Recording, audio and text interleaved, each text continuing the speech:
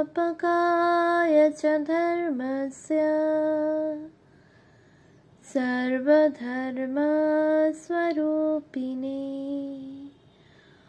अवतार वरिष्ठाय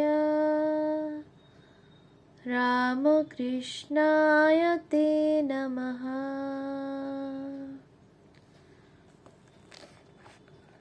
শ্রী শ্রী রামকৃষ্ণ কথামৃত দ্বিতীয় খণ্ড।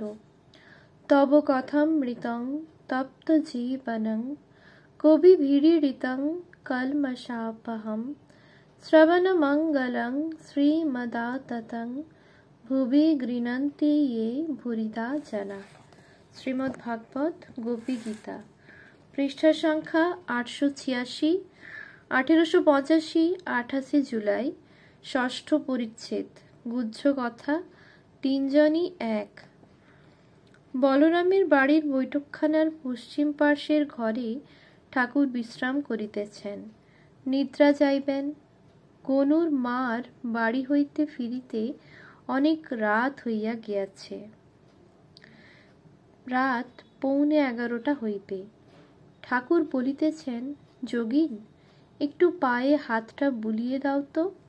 কাছে মণি বসিয়া আছেন। যোগীন পায়ে হাত বুলাইয়া দিতেছেন। এমন সময় ঠাকুর বলিতেছেন, আমার খিদে পেয়েছে, একটু সুজি খাবো। ব্রাহ্মণী সঙ্গে সঙ্গে এখানেও হাসিয়াছেন। ব্রাহ্মণীর ভাইটি বেশ বায়া তবলা বাজাইতে পারেন।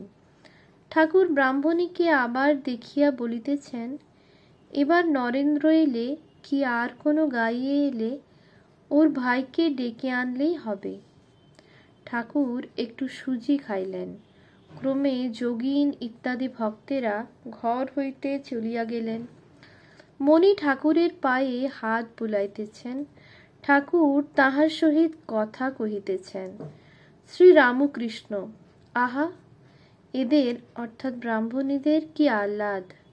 মণি, কি আশ্চর্য, যীশুখ্রিস্টের সময় ঠিক এই রকম হয়েছিল। তারাও দুটি মেয়ে মানুষ ভক্ত, দুই ভগ্নী, মার্থা আর মেরি। শ্রী রামকৃষ্ণ উৎসুক হইয়া, তাদের গল্প কি বলতো। মণি, যীশুখ্রিস্ট তাদের বাড়িতে ভক্ত সঙ্গে ঠিক এই রকম করে গিয়েছিলেন। একজন ভগ্নী তাকে দেখে ভাব উল্লাসে পরিপূর্ণ হয়েছিল। যেমন গৌরের গানে আছে, ডুবলো নয়ন ফিরে না এলো, গৌর রূপসাগরে সাঁতার ভুলে তলিয়ে গেল আমার মন। আর একটি বোন একলা খাবার দাবার উদ্যোগ করছিল। সে ব্যতিব্যস্ত হয়ে যিশুর কাছে নালিশ করলে, প্রভু, দেখুন দেখি দিদির কি অন্যায়। উনি এখানে একলা চুপ করে বসে আছেন, আর আমি একলা এইসব উদ্যোগ করছি। তখন যিশু বললেন, তোমার দিদিই ধন্য, কেননা মানুষ জীবনে যা প্রয়োজন, অর্থাৎ ঈশ্বরকে ভালোবাসা, প্রেম, তা ওর হয়েছে। শ্রী রামকৃষ্ণ, আচ্ছা, তোমার এসব দেখে কি বোধ হয়। মণি, আমার বোধ হয় তিনজনেই এক বস্তু। যীশুখ্রিস্ট, চৈতন্যদেব আর আপনি এক ব্যক্তি। শ্রী রামকৃষ্ণ, এক এক এক বই কি, তিনি ঈশ্বর। দেখছ না যেন এর উপর এমন করে রয়েছে। এই বলিয়া ঠাকুর নিজের শরীরের উপর অঙ্গুলি নির্দেশ করিলেন, যেন বলছেন ঈশ্বর তাঁরই শরীর ধারণ করে অবতীর্ণ হয়েই রয়েছেন। মণি, সেদিন আপনি এই অবতীর্ণ হওয়ার ব্যাপারটি বেশ বুঝিয়ে দিচ্ছিলেন। শ্রী রামকৃষ্ণ, কি বলো দেখি।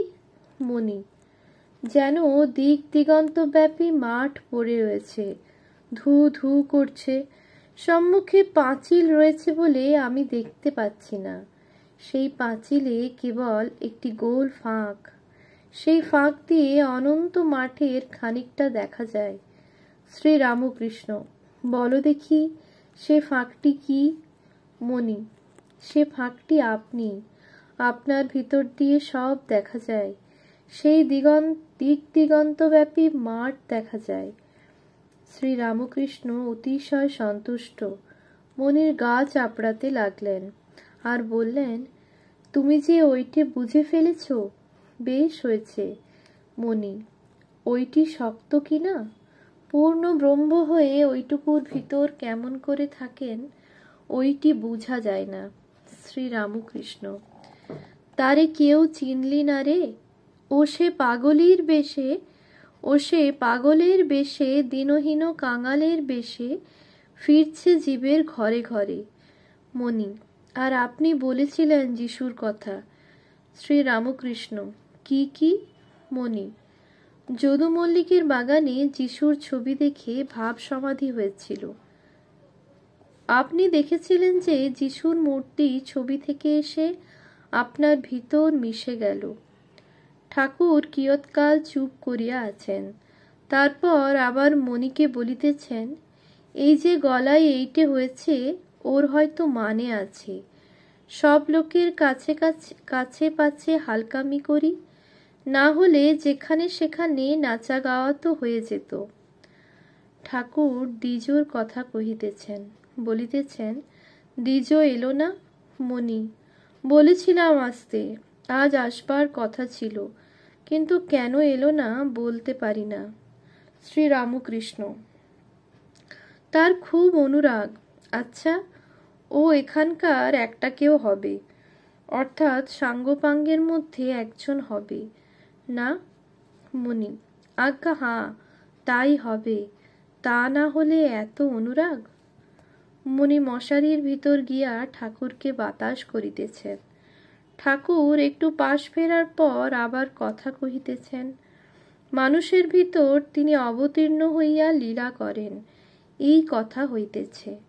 শ্রীরামকৃষ্ণ, তোমার ওই ঘর, আমার আগে রূপ দর্শন হতো না এমন অবস্থা গিয়াছে, এখনো দেখছো না আবার রূপ কম পড়ছে? মনি, লীলার মধ্যে নরলীলা বেশ ভালো লাগে। শ্রীরামকৃষ্ণ, তাহলেই হলো। আর আমাকে দেখছো? ঠাকুর শ্রীরামকৃষ্ণ কি বলিতেছেন যে আমার ভিতর ঈশ্বর নররূপে অবতীর্ণ হইয়া লীলা করিতেছেন। ওম শান্তি শান্তি শান্তি। হরি ওম তৎসৎ। শ্রীরাম